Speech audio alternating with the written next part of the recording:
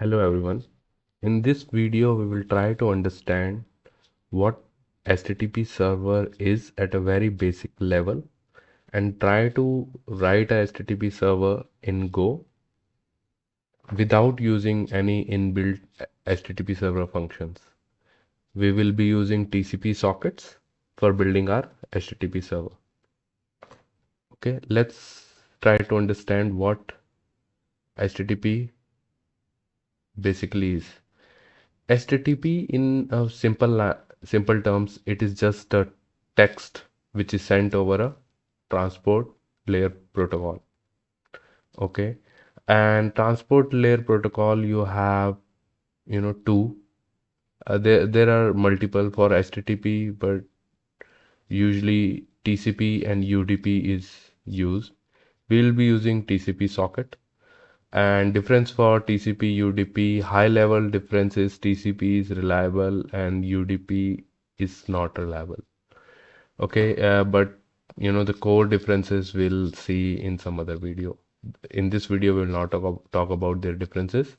In this video, we'll focus on HTTP only. Okay, so in HTTP protocol, right? Let's say you have a client and there is a server, and they are talking to each other over a TCP socket.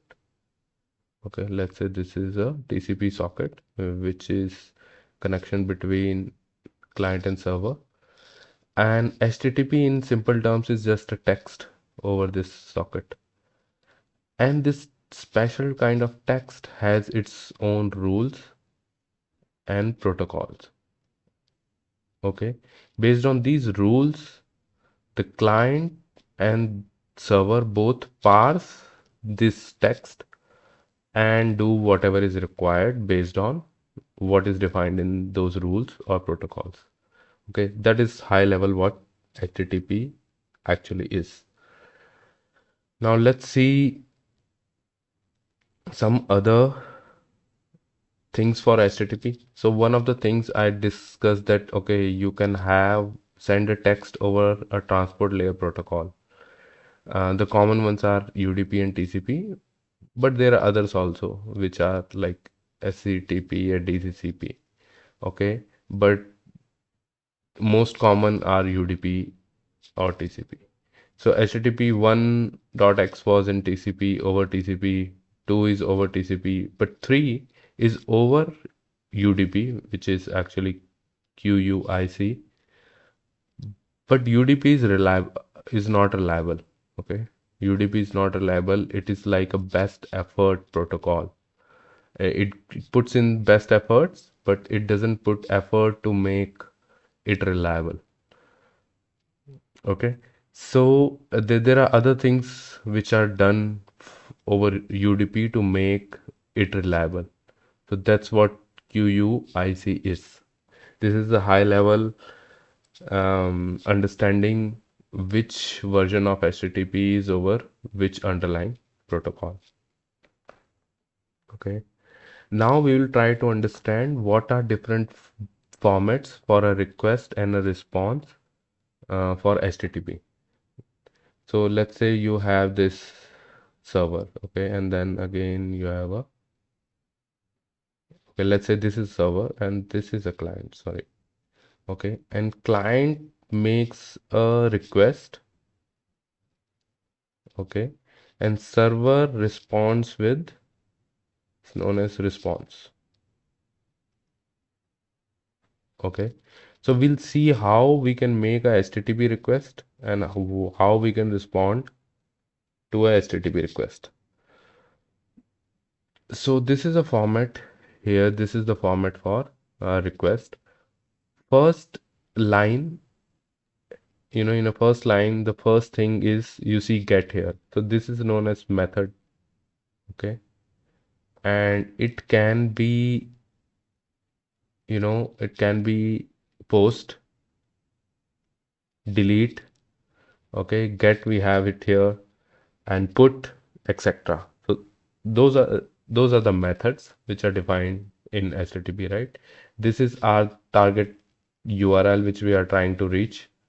Okay, this is the protocol and the version HTTP 1.0, let's say. After the first line, right? First line should end with /r/n. Okay. And then the second line, which is not visible here, that's why I'm writing. And the second line, you have headers from the second line, and there could be multiple headers. Here I am just showing one, which is user agent Mozilla 5.x. Headers are just a key value pair, okay, key value pairs, which have defined value, or which are defined in a protocol, so what they actually mean. For example, user agent actually means that of which browser, you could say. Okay, there could be content type, etc.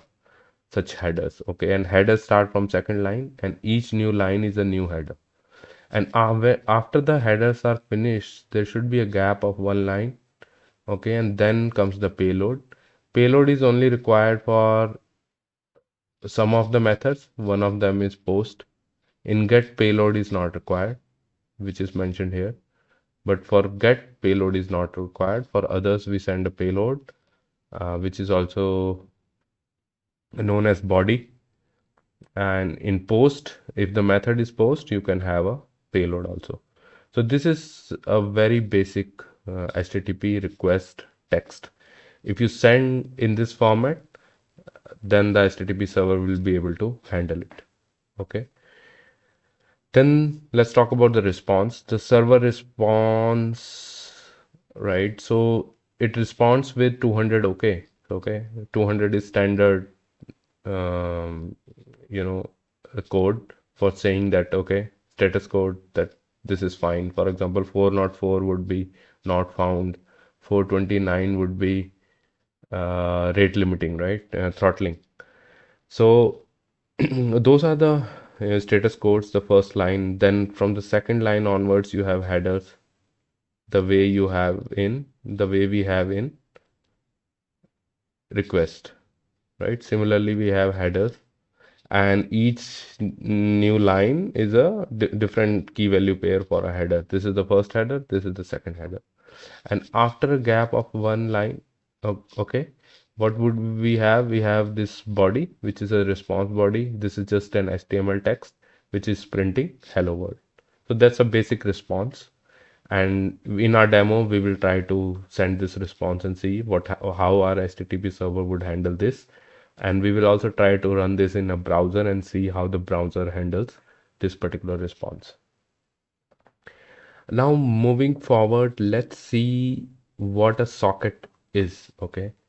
So when we create a communication channel, right, it is a kind of a communication channel, and this channel is uniquely identified by an IP address. Okay, here is the IP address 127.0.0.1. This is the local host IP address, right? And then there is a port we will be running on 8080, and then there is a protocol which I mentioned we will be doing TCP.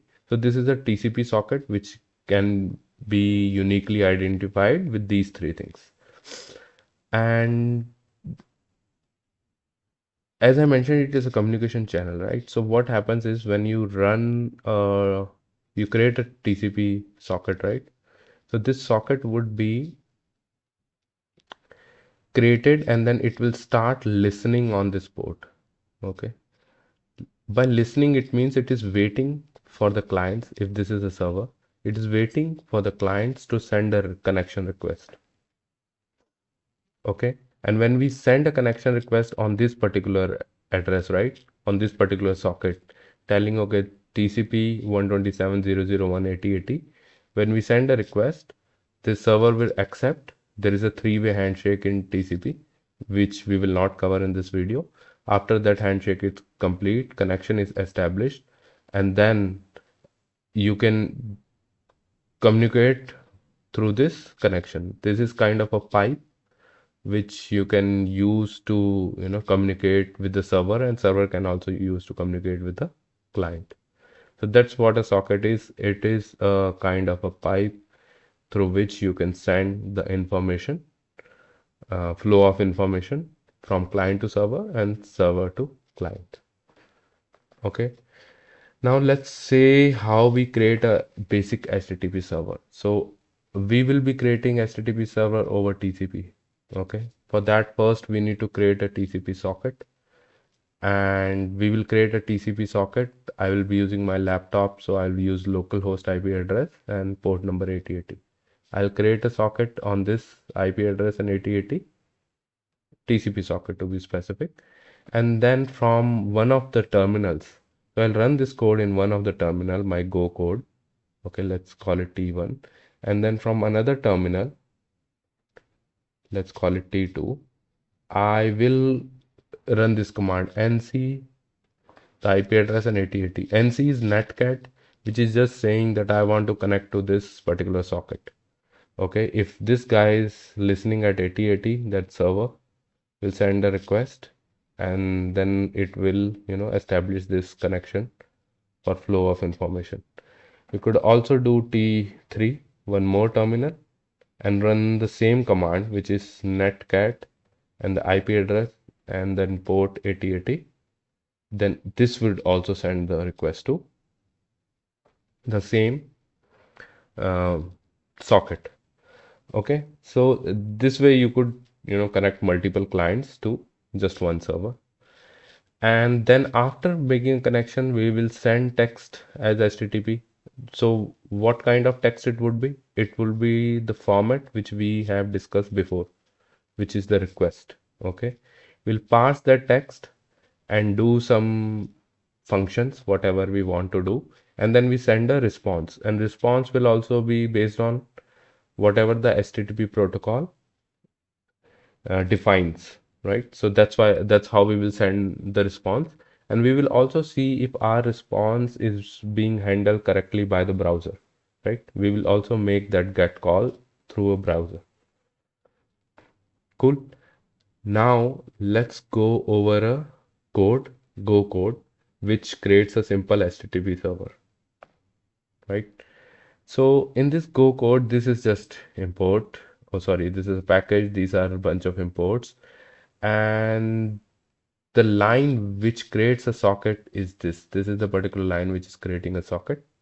Okay, when I run in the terminal, right, it after this line, it will create a socket. Let's say this particular thing is a socket, and then it will listen at 80, 80. Okay, after that we will checking, okay, is there any error? There is no error. And then we'll move forward and we'll do a defer statement listener.close. So let's understand what defer is in Go.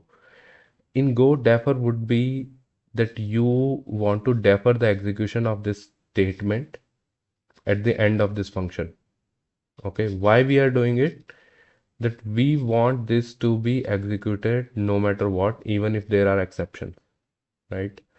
So we want to close the listener even if there are exceptions in a code. This statement will get executed no matter what. This is similar to finally in try catch block. Okay, like finally will always get executed, right? Even if there is there are no exceptions, there is no catch, finally will still get executed. Something similar. This is something similar. Defer will always get executed even if there are exceptions, so that we are able to close the listener. Okay. Now, after doing a defer, what we are doing, we have written a function serve, which is accepting this listener, which we created above. Listener is just listening for new connections on this particular port. Okay. And now this function, okay, in this function serve, we have for as an infinite loop. And this infinite loop, we are doing it just so that we are able to take multiple requests for our server. This is a server. We should be able to take multiple requests from multiple clients. That's why we have this infinite loop. Okay, now this particular line is very important. This is listener.accept. This is a blocking line. This is a blocking statement. Okay, that means the thread would stay in a pause state here, and it will wait for clients to make a request. So when the client makes a request, then after it has accepted by the server, right? There is a handshake and everything goes on behind. After the connection has been established, only then the thread will, move forward or in a forward direction, right? So after that, what we would do is we would check if there is any error. If there are no error, we will pass this connection which was created in a handle function where we will handle what we have to do with this connection. But let's try to understand what Go is here. Okay. Let's say there is a main process for P1. Okay. Which is, coming from above. In Go, the keyword Go is used to create a subroutine. Okay. So this is now a Go subroutine. Subroutines are created in Go to create a concurrency, you could say. If you are familiar with some other languages where you are able to create a child process, right, from a main process. So this is something similar. We are creating a thread which will run this handle function, and the main thread will go back again here at the accept line because let me change the color. Okay, because we have an infinite loop. So one thread will go back and again wait for a new client to send a request, and the another thread which is running, Go subroutine will execute this handle function. So this will keep on happening if we keep on sending client requests. So that's how we will be able to handle multiple client requests because we are creating new Go subroutines to handle the request, and the main one would keep on running in this particular for loop. Uh, I mean, this is an infinite loop, so we would technically we can accept infinite client requests. So that's how this works. Okay, so now let's see what the handle function does. Okay, handle function is taking a connection. Okay, connection, and then we want to close this connection, right? At the end. So we are again doing a defer statement that would mean that this line will get executed no matter what, and the connect we will be able to close the connection even if there are exceptions after this. Now we are creating a reader on a connection which is just to read whatever is written on the connection. So connection is something like you have a client and you have a server and you have a connection, okay, which is our CONN for us. Anything I write on this connection, server can read. Anything server writes on this, a client can read. This is, kind of a this pipe we talked about, right? This is the particular thing where you can write and send that information to server, or server can write to send the information to a client. So that is what the connection is here.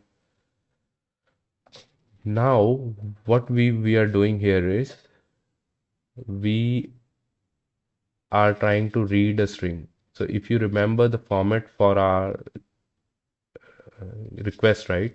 There was get, okay, and then there is a endpoint, and then there is a protocol, right?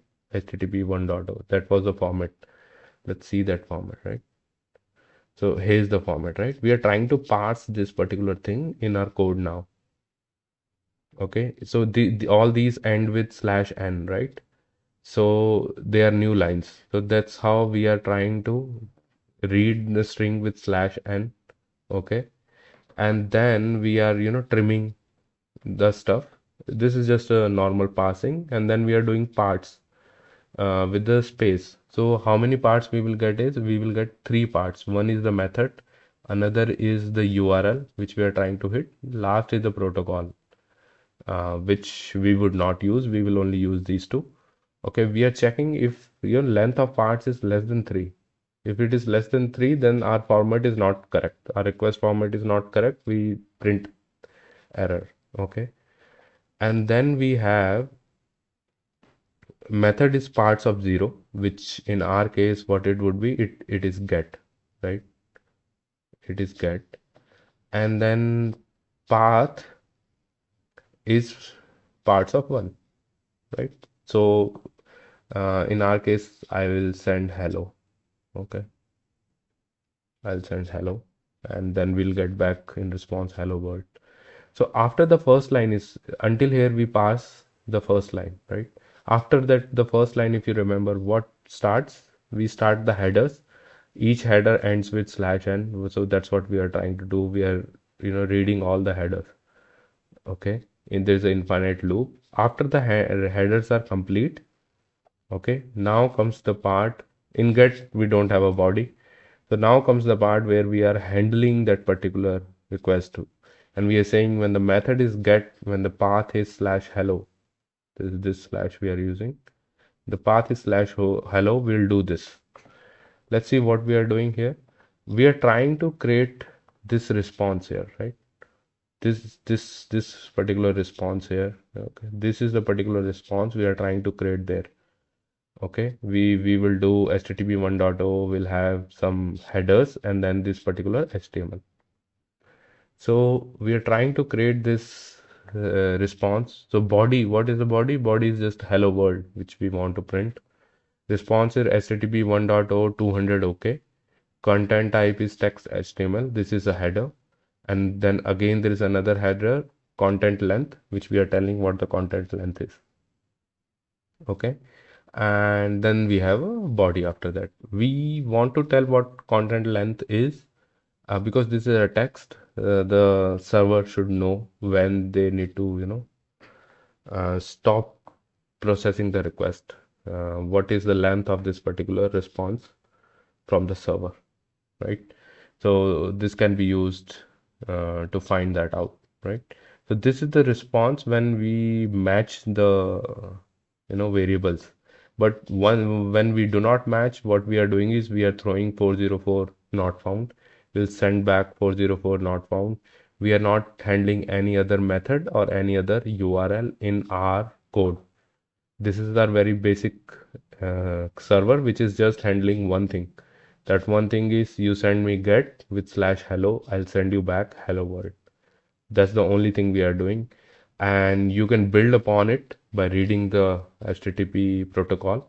And you can add more things. You can add another method, another endpoint, and stuffs like that. So this is very basic to make you understand how HTTP actually works under the hood. Okay. So after we have created the response, right? So we have created the response, we will write this on con. Con is our connection, right? So when we write on this con, the client will get it, right? That's how we send back the response to the client. So that's the code for basic HTTP. Now I will go over the code and show you how it runs exactly doing this thing where I'll create one terminal, second terminal, and then the third terminal and show you the demo. Okay.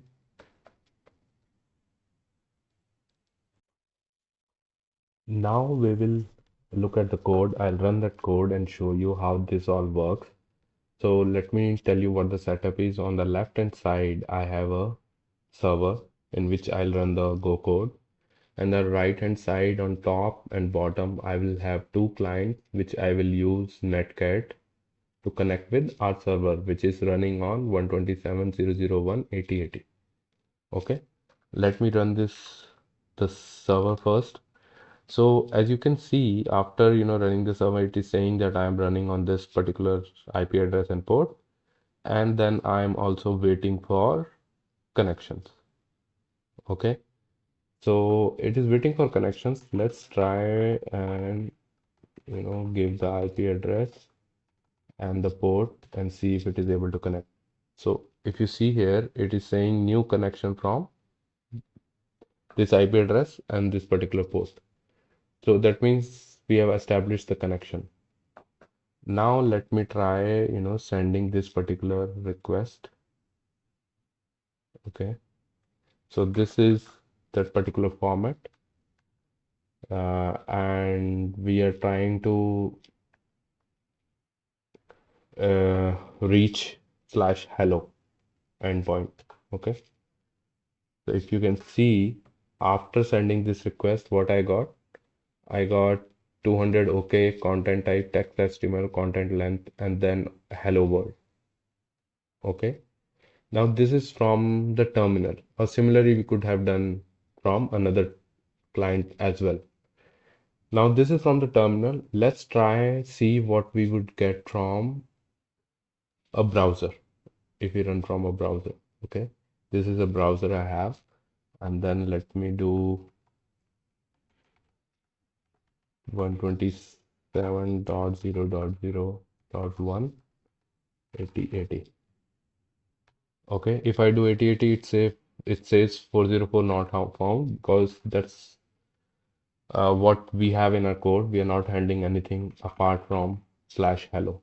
Now let's do this get request on slash hello, and if you can see, we got a response hello world. Yeah, that's all for this particular video. If you like the video, please subscribe and like. Thank you so much for your time.